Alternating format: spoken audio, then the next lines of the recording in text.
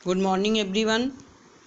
आज मैं Sudha Singh US secondary and institute Gorakhpur की हिंदी शिक्षिका क्लास 7th को वचन पढ़ाने जा रही हूँ। आज हम लोग पढ़ेंगे वचन। वचन जिसे नंबर भी कहते हैं और इसे संख्या भी कहा जाता है। जैसे कुछ पंक्तियाँ हम पढ़ रहे हैं। चिड़िया उड़ गई, पिंजरा खाली है। चिड़िया पिंजरे में बंद है। चिड़िया उड़ गई, पिंजरा खाली है। चिड़िया क्या है? एक संख्या का बोध करा रहा है। पिंजरा खाली है। पिंजरा एक संख्या का बोध करा रहा है। चिड़िया पिंजरे में बंद है। चिड़िया बहुवचन का बोध करा रहा है। पिंजरे बहुवचन का बोध करा रहा है। तो यहाँ पे चिड़िया, पिंजरा, तारा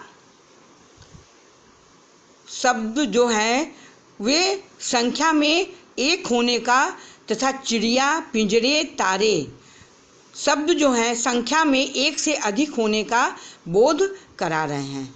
तो एक या अधिक संख्या बताने वाले शब्द जो हैं वे वचन कहलाते हैं। एक या अधिक संख्या बताने वाले शब्द वचन कहलाते हैं। शब्द के जिस रूप से उसके एक या अनेक होने का बोध हो उसे हम वचन कहते हैं। शब्द के जिस रूप से एक या अनेक होने का बोध होता है उसे हम वचन कहते हैं। वचन के दो भेद होते हैं, एक वचन और बहुवचन। क्लास 7 के बच्चे संस्कृत पढ़ते हैं। संस्कृत में हम लोग पढ़ते हैं 3 वचन, एक वचन, द्विवचन और बहुवचन।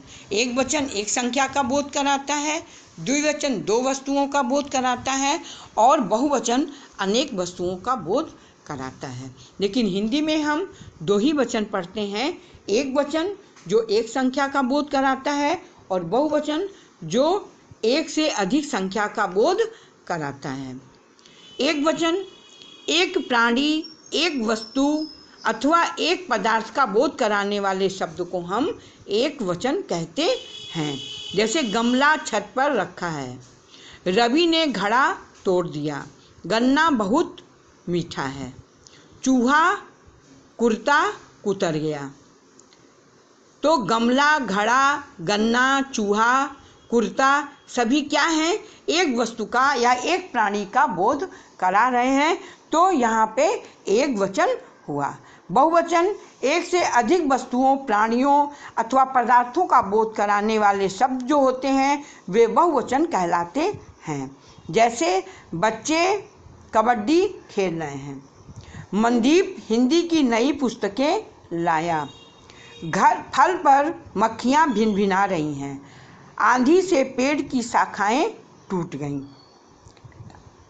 इन वाक्यों में बच्चे, पुस्तकें, मक्खियाँ, शाखाएं एक से अधिक वस्तुएं या प्राणियों का बोध करा रहे हैं। तो यहाँ पे एक वचन बहुवचन हुआ। एक से अधिक वस्तुओं का, प्राणियों का बोध करा रहे हैं, इसलिए यहाँ पे बहुवचन हुआ। वचन की पहचान। अब हम वचन की पहचान कैसे करेंगे इसको देखते हैं। आदर प्रकट करने के लिए एक व्यक्ति के लिए भी बहुवचन का प्रयोग होता है।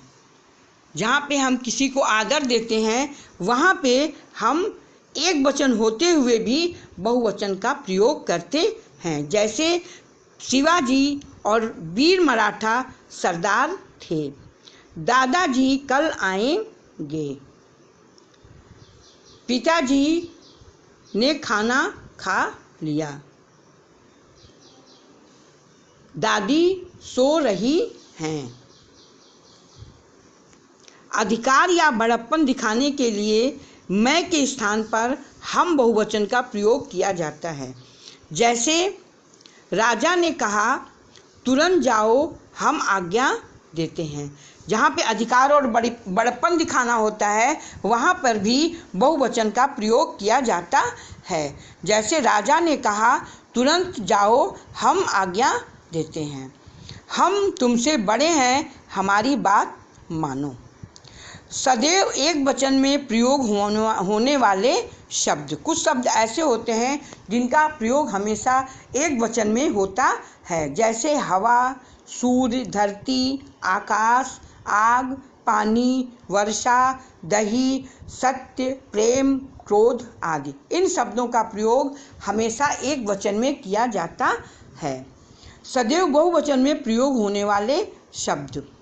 भीड़, जनता, पुलिस, दल, झुंड, सेना, समूहवाचक, प्राण, दर्जन, आंसू, हस्ताक्षर, समाचार, बाल, होश आदि शब्दों का प्रयोग हमेशा बहुवचन में किया जाता है।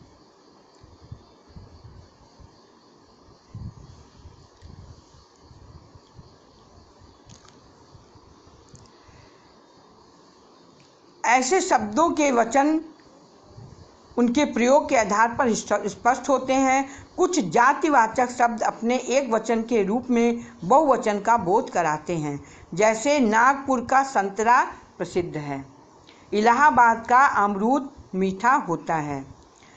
वचन बदलने के नियम जो बुक में है उसे आप खुद पढ़ लेंगे। क्वेश्चन आंसर लिखा हुआ है जिसे आप अपनी नोटबुक में नोट कर लेंगे। पहला क्वेश्चन है, वचन की परिभाषा उदाहरण सहित दीजिए। तो वचन की परिभाषा क्या होती है? जिन शब्दों से उसके एक या अनेक होने का बोध हो उसे हम वचन कहते हैं। उदाहरण के तौर पर बच्चा, बच्चे, चिड़िया, चिड़िया आदि उदाहरण लिख दीजिएगा।